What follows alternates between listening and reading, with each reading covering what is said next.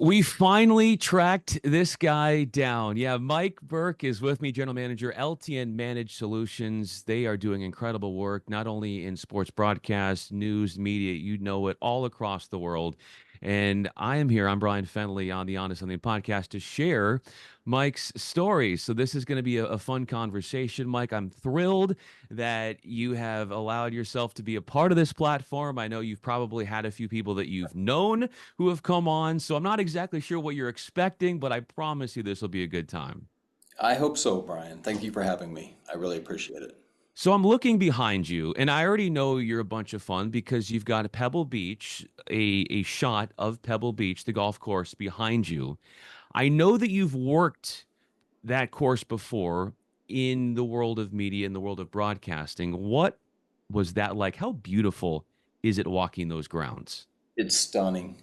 It's one of my favorite places.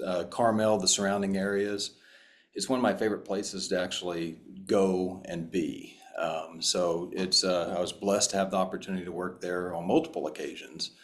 I will say it was that particular one, I think that was 2010, and it was quite cold that year, but it was fun nonetheless. Where are other places that you can, maybe even outside of work, where you can just go and be? As far as just go and be to have fun, to enjoy Yeah, yeah, life. to deprogram, to relax outside of all the traveling and all the work that you're doing in this space, where you're able to kick back a little bit, if you will. I would say with as much travel as I've done in my career and in life, home. I have a beautiful place, beautiful family in Kansas City, and I enjoy spending time with them. While it's fun to be on the road, while it's fun to travel to the sporting events, the locations, beautiful locations, the experiences that you have, the friends that you have, there's something to be said about coming back and actually spending time with the family and having a home it makes you appreciate the home even more. When you're with your family and you're spending your time at home, what does that look like? The joy and the fun that you all are having? Well, I have to admit a lot of it's watching sports. So, so with being in Kansas City, we have a terrific sports community with the Kansas City Chiefs, the Kansas City Royals, the current Sporting KC, several others that are here. There's always a season in Kansas City where we can go to the games, we can enjoy them, we can watch the home games with friends and entertainment at our house. But that's really what we do. That's what we enjoy watching. Not only are we in the industry, we're also avid fans of many sports, and have really immersed ourselves in the Kansas City community since moving here 3 years ago. How has immersing yourself in the sports media and broadcast community, along with being a fan, how does that alter the way you consume or you watch sports, even if you're not working an event where you're sitting down and maybe you're thinking about certain things that the casual fan sitting at their couch might not have coursing through their brain? Brian, I think about the amount of effort that's put into it. Because me, from being more on the technical side of it, the technical background, I know the effort that's put into each one of these productions with the crews that are there, endless hours, the preparation, the set time, knowing that when the game's going extra innings, for example, in baseball, knowing that there's going to be a delayed strike, that they're traveling somewhere else. I think it brings a level of appreciation for the behind the scenes that probably your average spectator or fan would not have. It's to me, it's something that I really enjoy watching and have an appreciation for.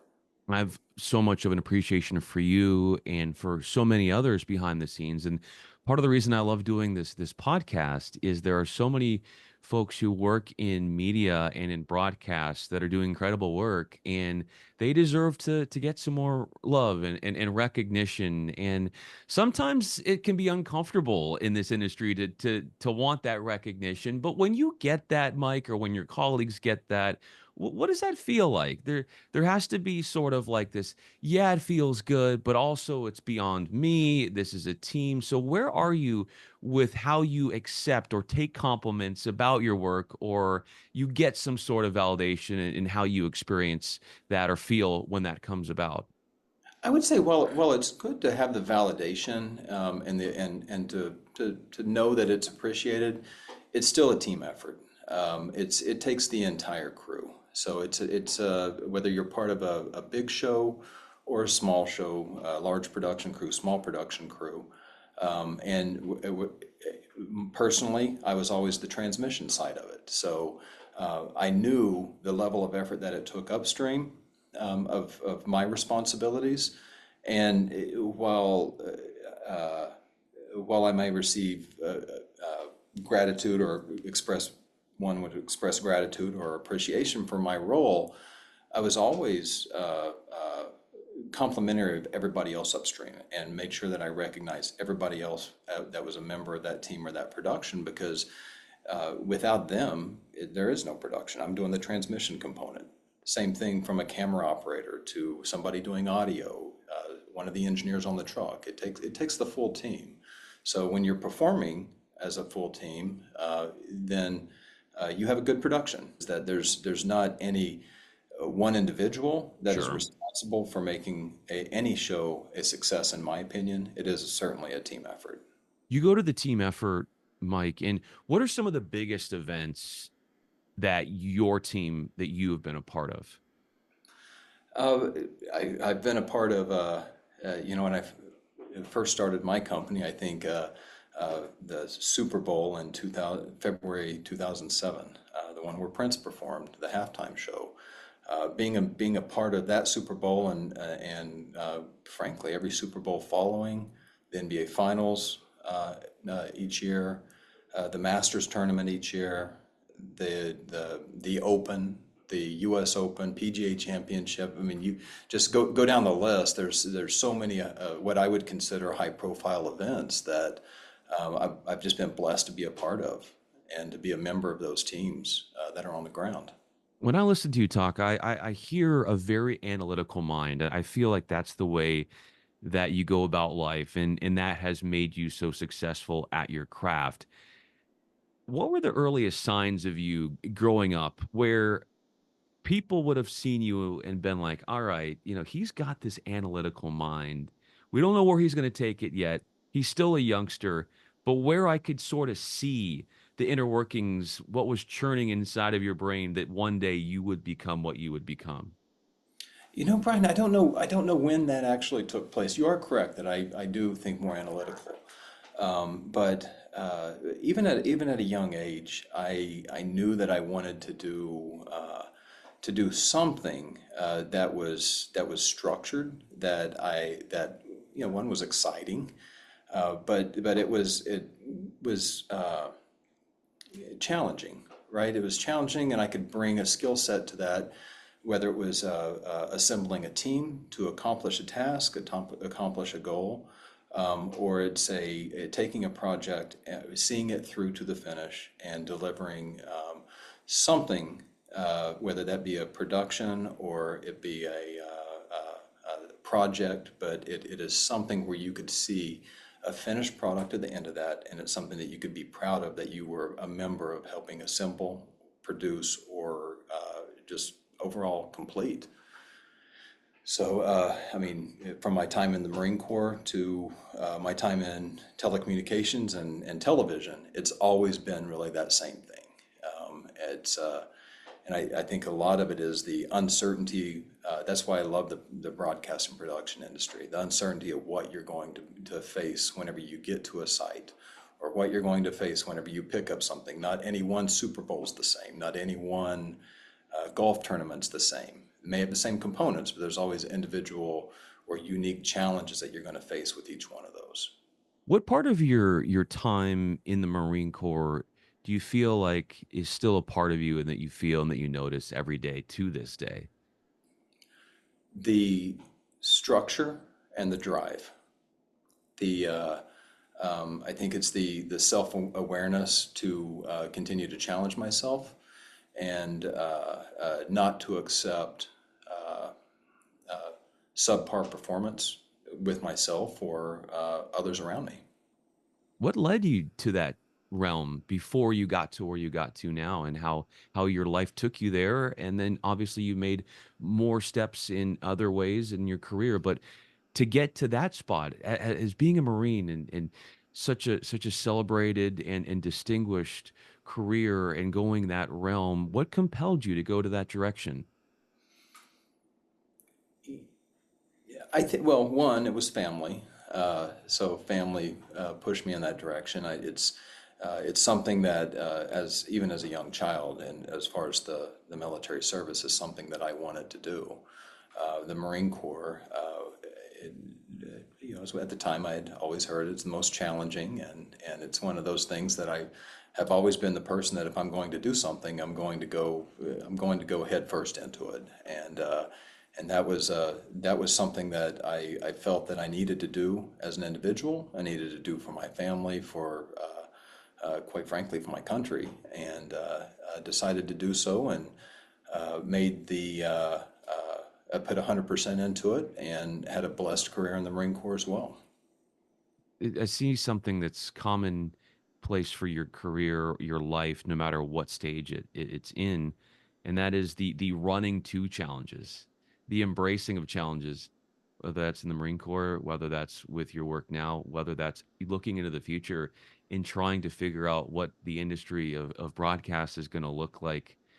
How have you, and I see these examples in your life playing themselves out, but how do you feel like you've been benefited largely in the trajectory of your career simply due to the fact that when challenges come, you run to them and you look at them as an opportunity as opposed to looking at it like, "Oh no, what do we do now?" sort of thing.